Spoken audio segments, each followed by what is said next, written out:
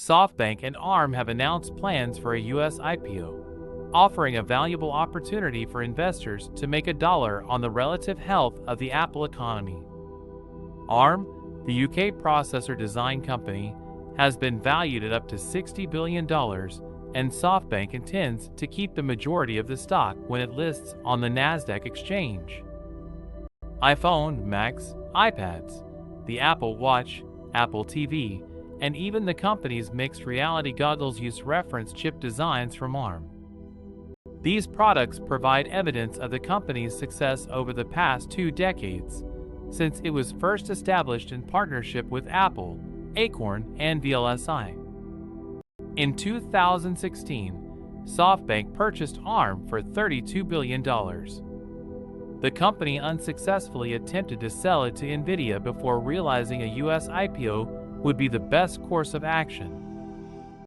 They hoped to raise up to $10 billion in the initial offering, though the size and price range has yet to be determined, pending completion of the SEC review process.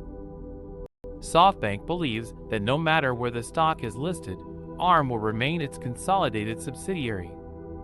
That does not mean there won't be significant consequences for the UK economy, though, as the US IPO of a key UK tech firm is seen as a testimony to its failing post-Brexit environment.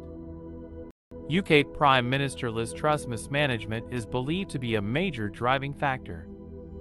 Smartphone demand is also a factor, having decreased 14.6% in the first quarter of 2023 according to IDC, with the decline indicating global economic weakness and a dampening of PC, tablet, and smartphone sales.